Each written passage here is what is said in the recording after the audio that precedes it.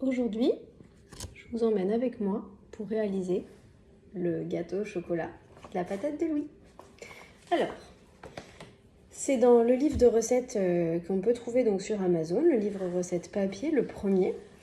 L'outil indispensable pour faire cette recette, c'est la râpe. Et alors attention, donc là on voit qu'il y a plusieurs types de râpe. Celle-ci qui est très grosse, ça n'en parlons pas. Et j'ai eu plusieurs retours de personnes qui donc ont réalisé cette recette avec cette râpe-là. Alors ça peut fonctionner à la main, mais le rendu sera quand même moins bien. En tout cas, à la machine, ça ne fonctionnera pas du tout parce qu'on perd le jus. Donc hyper important de prendre la râpe à parmesan ou râpe à zester. C'est avec celle-ci qu'on peut réaliser la recette du gâteau au chocolat. Donc on peut l'utiliser sous ce format-là ou aussi si on a un robot, on peut la prendre, mais c'est pareil, il faut vraiment faire attention à avoir les petits picots comme ceci. Si on prend un autre type de râpe, ça fonctionnera vraiment pas. Ça rend ça fait pas une pâte en fait, ça fait une espèce d'amas de pommes de terre râpées sèches. Alors qu'il nous faut vraiment obtenir, vous allez voir, une pâte très humide et après on va l'essorer avec un torchon. Donc, hop.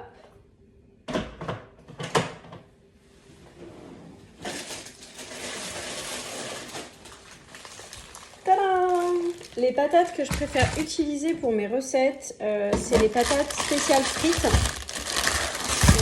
Hop, voilà. N'importe lesquelles, spéciales frites, il y a plusieurs variétés, mais la variété que je préfère, c'est la Lady Anna.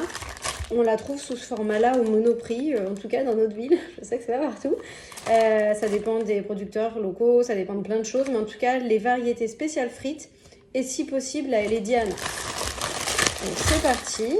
Là, je vais faire beaucoup de gâteaux au chocolat. Ah oui, j'ai ma petite patate positive qu'on m'a offert. Voilà, comme ça vous fait un petit peu de positive attitude. Bref, voilà, donc on prend les pommes de terre. Là, j'en fais beaucoup parce que cet après-midi, je vais à un événement à Aubervilliers, organisé par les Poussières, une patate party. Et j'ai la possibilité de présenter mon livre, de présenter notre histoire. Et je tiens à ramener des petites choses à déguster. Donc quand on a ces pommes de terre, eh ben, il faut y aller, il faut éplucher. Donc vous choisissez l'économe que vous préférez. Moi je préfère celui-là en général. C'est parti!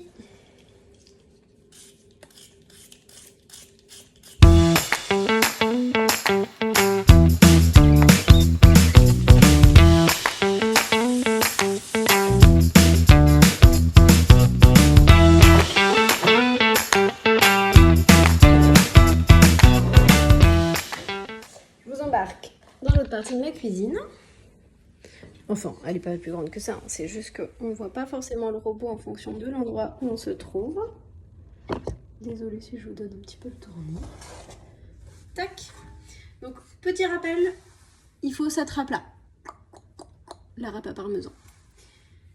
Soit manuellement. Donc manuellement, c'est très simple. On la met sur une surface plutôt dure, comme une assiette. On râpe dans une assiette, comme ça, on pose. Bon, là, je fais un peu à l'arrache parce que je vais le faire à la machine. Et on y va, on râpe. Livre de coude, c'est physique. Voilà. Et après, on va venir récupérer sa pâte. Je vais vous montrer à la fin, ce sera plus simple. Tac. Zou, je remets en accéléré.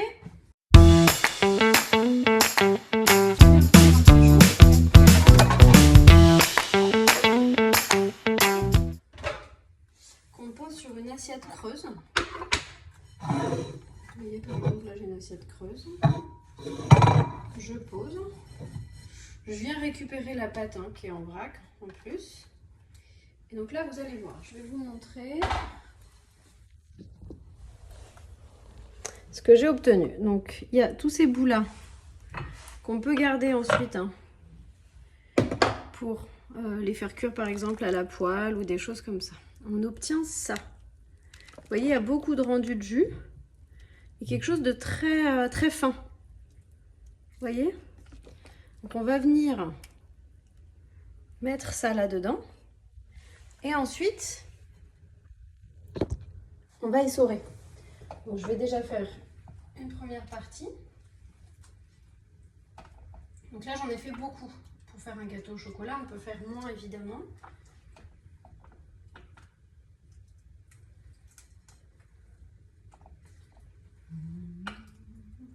Donc on laisse couler le jus, hein, parce que l'idée, ça va être d'enlever le jus. Donc le jus peut rester dans votre machine ou dans votre assiette si vous râpez à la main, c'est pas un problème. Donc là,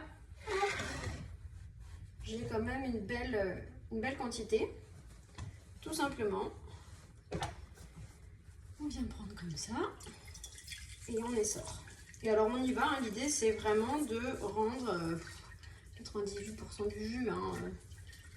Donc, on malaxe. Vous allez voir qu'il y a quand même pas mal de jus qui ressort. Dans ce jus, vous pouvez aussi le réutiliser puisque on va obtenir finalement une partie d'amidon. Donc si vous avez envie de faire votre fécule de pommes de terre vous-même, c'est possible. Déjà, il y a d'autres recettes hein, pour faire sa fécule, mais avec ces recettes-là, dans une optique zéro déchet, on peut tout réutiliser. Nous n'utilisons pas de fécule de pommes de terre, parce qu'on n'a pas encore osé.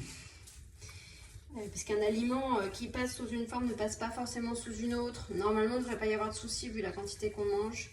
Mais on est frileux. Donc, vous voyez, hop, j'ai bien essoré. Hop.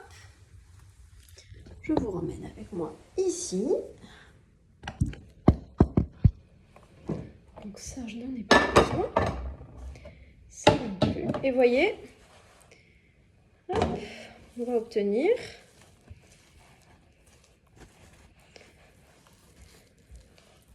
une pâte comme celle-ci. Voilà, donc légèrement filandreuse, mais finalement, vous voyez, on peut faire une boule.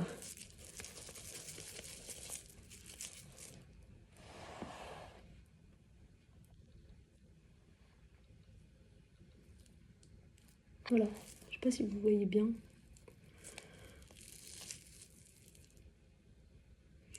Voilà. Je vais mettre pause sur la vidéo pour faire le reste et je vous reprends après.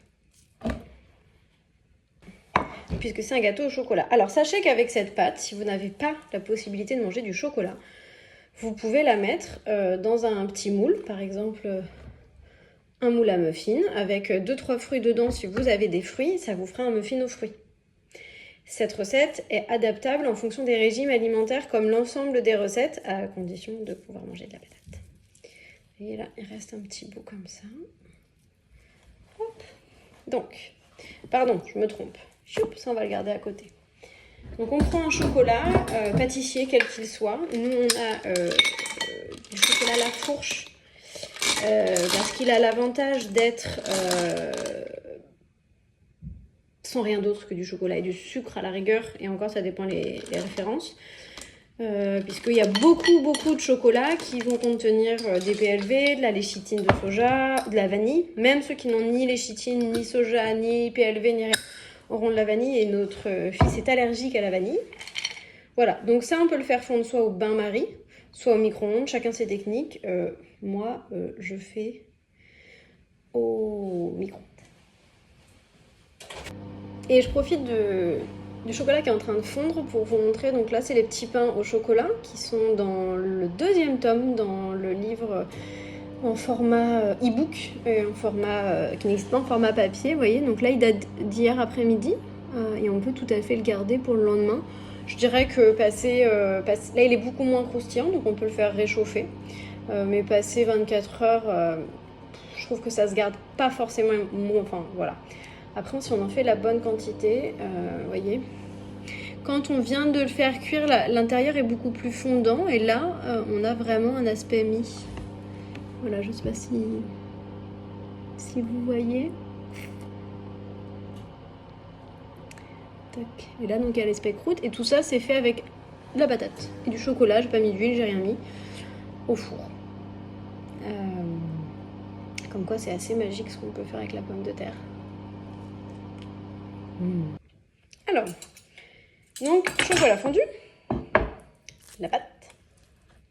Voilà. Si on aime bien avoir les mains cracra, on peut faire à la main. Sinon, on peut faire comme ça. Attention quand le chocolat est chaud de ne pas se brûler.